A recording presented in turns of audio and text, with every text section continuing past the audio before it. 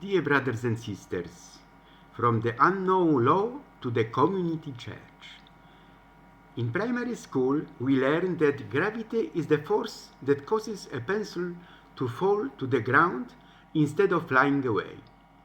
Later, taking into account that we have learned the concept of physics, we learn that gravitational interaction is one of the four fundamental forces of nature, along with electromagnetism and the strong and weak nuclear forces.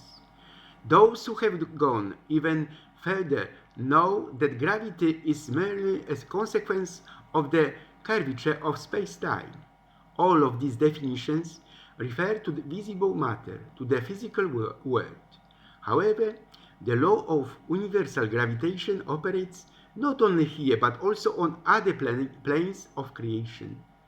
In cosmos, its effect on matter corresponds to the minimal derivative of its full potential, especially for human beings on the path of development. Gravity not only permeates the entire vast work of creation, but acts on all layers of the human spirit, wherever it may be. Both heavy and light souls are subject to the law of spiritual gravity and are unable to resist it. Meanwhile, the proper human being remains unaware of the profound consequences of this law for himself. You imagine. Very important physics. You could have been born in church, baptized in church, served in church, married in church, died in church, and yet you ended up in hell because you were only in church and not in Christ. You have to be born again, take up your cross and follow Jesus. Men know religion but have no connection with the living God. Someone said strongly this. Jesus forever interrupted the succession of cruel empires. He turned values upside down, and he proposes a special, truly priestly work on the path of faith, an invitation to ask yourself questions. At the end of his earthly life, the Lord is silent because he waits for everyone to express their opinion and choose. I have long had the impression that World War II is not over. World War II is not over. It has only fallen asleep and can wake up at any moment, said Agnieszka Holland in Lublin on Monday. Agnieszka Holland, Olga Tokarczuk, and Anne Applebaum were honored with the title of Doctor Honoris Causa from Marii Curie Skłodowska University in Lublin. Before Monday's ceremony, an announcement of a protest appeared accusing of anti-Polish narrative in the world. In the speeches, Holland, Tokarczuk, and Anne Applebaum spoke, among other things, about contemporary crises, including the threat we all face in the face of the escalation of the conflict beyond Poland's eastern border. In her speech, Holland warned that the Holocaust vaccine was no longer effective. The construct of a scapegoat, the figure of the enemy, is an old and tried and tested idea, Holland listed, emphasizing that migrants can fall victim to such thinking just like terrorists, pedophiles, or zoophiles. Applebaum pointed out in her speech that there is a war going on about 100 kilometers from Lublin, and this is the distance that an Iskander missile covers in 40 seconds. This is not a war for land. Russia has 11 time zones. This is not a war for raw materials. Russia has the entire Mendeleev table shallow underground. This is a war for truth and freedom, she said.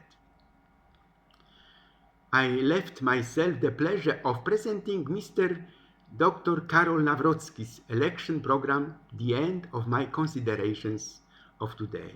After repairing public finances after 8 years of investment, social and armament programs, in recent years we have been dynamically reducing the distance of Polish wealth on an European and global scale. However, Poles decided to change the government Many of them decided that things could be ever better. They were misled. It's worse. Apparent loud settlements will not replace the efficiency of governments. In the face of galloping electricity prices, rising inflation and living costs, we should focus on protecting the well-being of Poles. To save the well-being of all of you, I will come up with further legislative initiatives, the first of which will be to exempt hard-working Poles from tax for overtime worked. Poland needs consent and care in the matter of food security with respect for the sovereignty of the Polish countryside. The Polish countryside was, is, and must remain the stronghold of Polish culture, tradition and social values, stated the PiS candidate in the presidential elections. Karol Nawrocki talks about large investment and digitization. Speaking to the audience in the historic Krakow Sokół Sport Hall, he also emphasized the importance of large investments such as the CPK. There will be no great Poland without large projects such as the Central Communication Port. It depends on the airport, big airport in central of Poland. He means that CPK with a full railway network. He referred to investment project for the interwar period, the construction of the central industrial region and the port in Gdynia. In the 35th year of the Third Polish Republic, are we to abandon the construction of the CPK? Are we not able to do it today? He asked. He also spoke about the need to digitalize the Polish economy. As he said, he believes in a Polish Silicon Valley. He promised that as president, he will strive to eliminate barriers in the field of new technologies. The PiS candidate in the presidential elections devoted a lot of time to the issue of energy independence. He emphasized the need to ensure Poland's full energy sovereignty. This would be achieved based on nuclear energy, the most secure and stable. Karol Nawrocki also criticized the European Green Deal. Environmental protection, yes. Climate madness at the expense of Polish homes, workers and entrepreneurs, no. With best wishes to Mr. Dr. Karol Nawrocki, I dedicate the poem Henry Ward Longfellow, A Friend's Shot. Very interesting poem.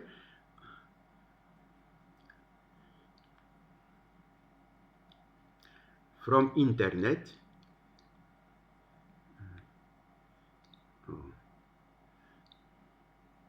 I found this on internet. No.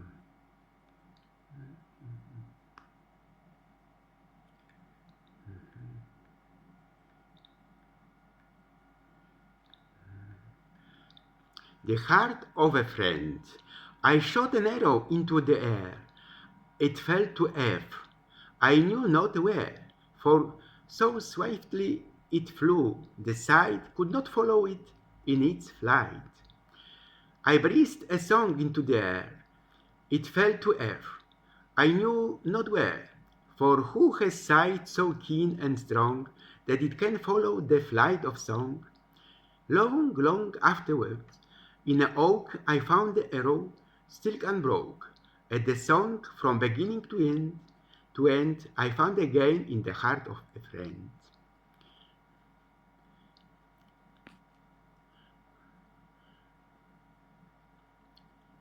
Excellent night.